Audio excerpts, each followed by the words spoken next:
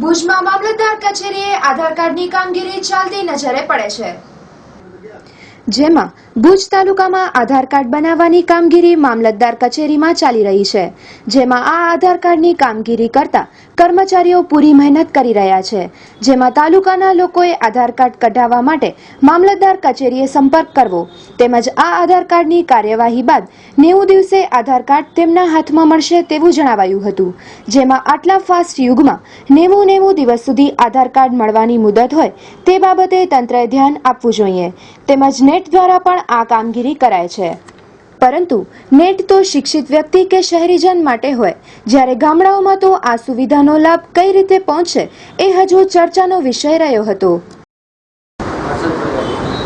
Generally છે ને કંઈ ફિક્સ નથી હોતું કે કેટલો સમય એકમાં લાગે, બરાબર। છોકરું નાનું હોય તો અમુક વાર 15 મિનિટ થઈ જાય, આગળ ના આવે, પછી ઘરડું માણસ હોય એમાં પણ અમુક વાર 15 થી 20 મિનિટ જતી રહે, અમુક વાર પ્રોસેસ કરતાં વધારે વાર લાગે તો અમુક વાર 20 મિનિટ થઈ જાય, એવી પ્રોસેસ છે।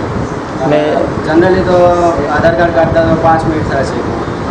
લાઈનનો નિકાલ તો અમે જુઓ, અમે અમારી કામગીરીનો સમય તમે જોઈ શકો છો અહીંયા, કામગીરીનો સમય જે છે સવારે 10 થી માંડીને 5:30 કે 6 વાગ્યા સુધીમાં, તો 6 થી અત્યારે કેટલા વાગે તમે જોયો, કલાકની રિસેસ પણ લેવામાં નથી આવતી। અહીંયા ટાઈમ રિસેસનો લખેલો છે 1 થી 1 વાગે નથી પડતી, 1:30 વાગે પડે છે, અમુક વાર 3 વાગે રિસેસ પડે। એ હવે અમે અહીંયાથી આધાર કાર્ડ બનાવીને અપલોડ કરી દઈએ છીએ, ડેલી અપલોડ થાય છે। હવે અમે અહીંયાથી અપલોડ કરીને તાત્કાલિક અપલોડ તો થઈ જાય છે, પછી એ ક્યારે જનરેશનમાં મૂકે એ એમના હાથમાં હોય છે, જનરેશન થઈને પછી આવે। આમ 90 દિવસનો ટાઈમ છે આધાર કાર્ડ પોસ્ટમાં આવવાનો। અમારું કામ અહીંયા પોસ્ટ ઓફિસનું નથી હોતું, એ કામ બધું પોસ્ટ ઓફિસનું હોય। અમે અહીંયાથી આધાર કાર્ડ બનાવીને જનરેટ કરીને છૂટા, એટલે ઘરે પછી બધી પ્રોસેસ પોસ્ટની ચાલુ થાય છે।